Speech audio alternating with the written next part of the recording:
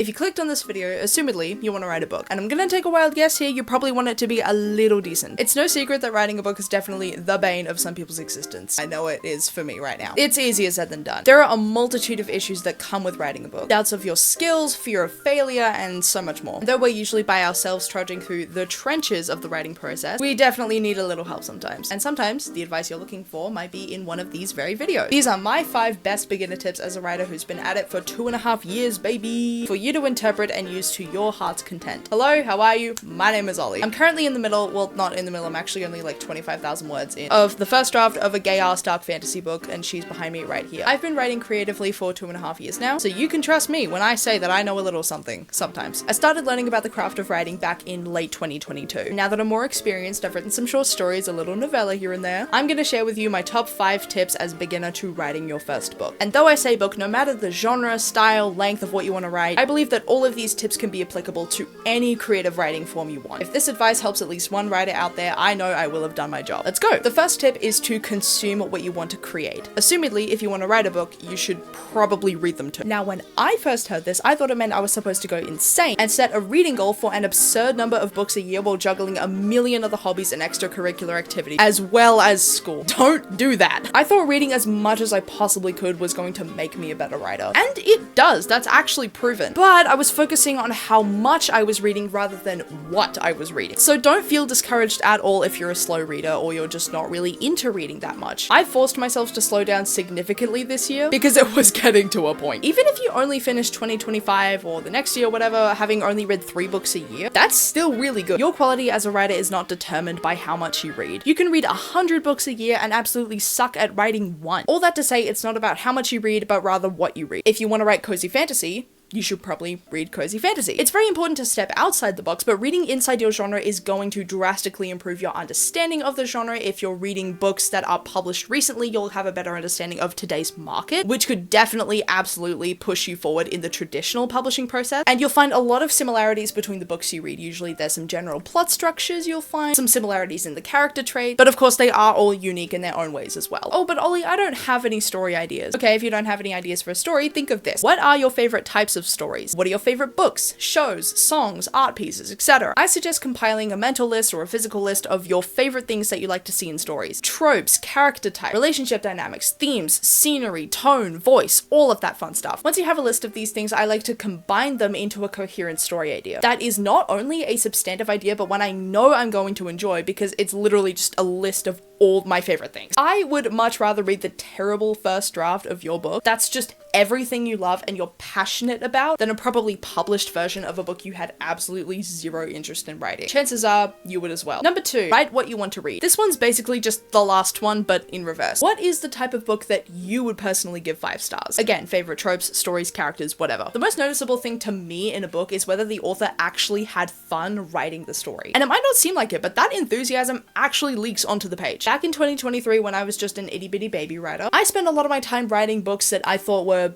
okay at best. I was writing them because I thought I had to start with a less complex, a less interesting idea, and build my way up to the novel that I actually wanted to write. And guess where that got me? However, I do think that that tip could definitely work for a lot of writers, building up to the story you want to write. It just didn't work for me. I finished the first drafts of those books, sure, but I didn't really enjoy them. And I haven't gone back to them in ages. One of them I'm pretty sure I accidentally deleted anyway. If you write what you want to read, you will find the process of actually writing so much better. There is so much perfectionism that comes with writing, or just creating art in general, especially in our first drafts. And if that's the case, if we're gonna suffer creatively, we might as well do it with a book we're actually going to enjoy laughing at later on. I'll stick to my LGBTQ dark fantasy books about found family that gets torn apart by betrayal. Thanks. Because that's what I want to write about, and that's what I know I enjoy reading about as well. And I've gotten way further in my process than I have in 2 years I've spent thinking about writing this book. Number 3, follow the writing process that works for you. We're busy. You're either in school or working, and when you're not doing either of those things, you just want to chill out. Of course, until it's time to start again. So all of those writers telling you, if you don't write every day, you're not a real writer, are lying to you. You ever see those videos of people doing 2-hour writing sprints, or making a series of writing an entire manuscript in a month, and you're like, I should do that, I'm gonna do that. Whether you're inspired or it feels like you just got hit by a truck called imposter syndrome, there's that nagging urge to put yourself to the challenge as well, even though you know your lives are completely completely different. I've had so many days where I've gone, I'm gonna write 1,000 words today, and then I write 37. You see writers where their routine is writing for an hour and a half every day. Writers whose goal is like 15,000 words a week. Here's the thing though, these people and their routines are condensed into 30-second aesthetic short form videos. You do not know what their whole life is like. You only know yours. And you also are the only one who knows your own schedule as best as you do. If you can map out a rough plan of what an average week for you looks like, I'm sure you can find some time to squeeze in like a short little writing session. But Ollie, I don't have time for writing. Yes, you do.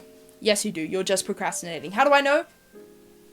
You know who is more likely to not have time for writing? Someone who isn't watching this video. If you have time to open up TikTok, go for a walk, sit down and watch your favorite show, you have the time to write. Something I like to do is I like to go to my screen time in my settings and I see how much time I spent on TikTok or Insta today. And over the course of a couple days, I will convert that time to writing time because it's usually like 3 hours. I think this idea of not having time to write is rooted in our perception of what a writing session should look like. An hour, 2 hours, and occasionally we can squeeze in that time for writing before disappearing from the laptop for 2 months and returning once in a blue moon. The key to keeping writing consistent is prioritization and setting achievable goals. If you can do only 15 minutes a day, that's already 1 hour and 45 minutes a week. Setting smaller word count goals like 200 words a day gets you to 6,000 words a month. The reason I suggest starting small is because more often than not, you'll find yourself wanting to keep going. If you build that habit, it's going to stay consistent and you're going to keep writing. Sustainability is far more reliable than motivation ever will be. It's also okay to miss a day. Life happens, it's fine. But only you know what you can do. And no matter how big or small you're writing, it's still progress. Number 4,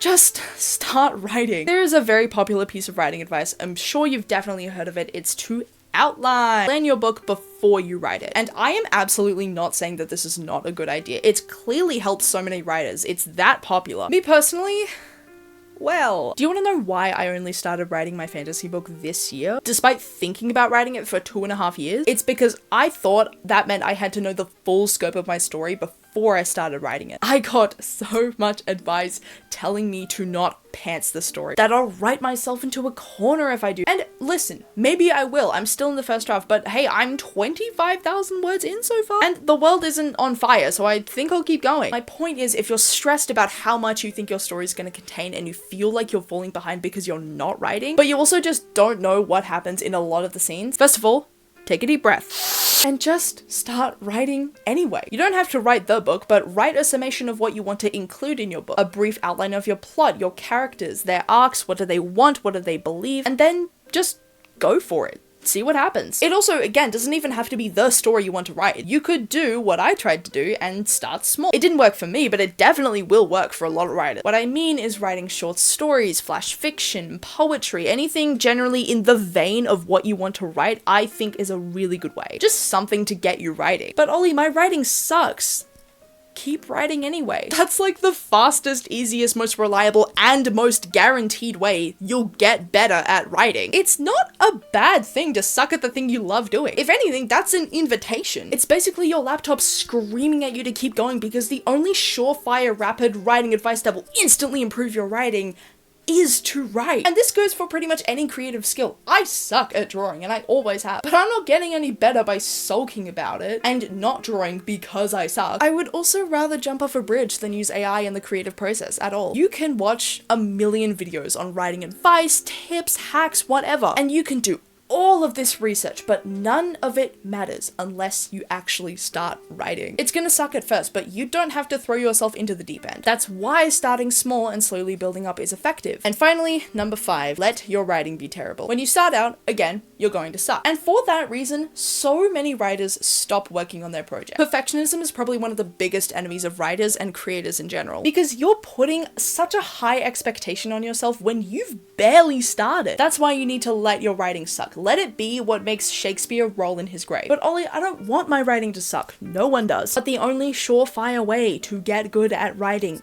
is to write. I personally like to go onto Pinterest and search for writing prompts. There are a bajillion of them. I also like to make a board of photos that inspire me or make me think of a particular scenario or story idea that I know I'll want to write later on. And I'll set the 10-minute timer and write based off of that image. It's a great way to get ideas and force yourself to be consistent. All that to say, even then, writing is still subjective. When you start out, you don't generally know what's good quality or bad quality until you see other people doing it and you compare yourself to all of those other people. But for now, you live in that ignorant bliss we all wish to return to. Utilize that bliss. When you don't know the general expectation, there's no such thing as failure. And even when there is, whose terms does that failure even fall on? Yours? When did you decide that your writing sucked, and was it before or after you went onto TikTok?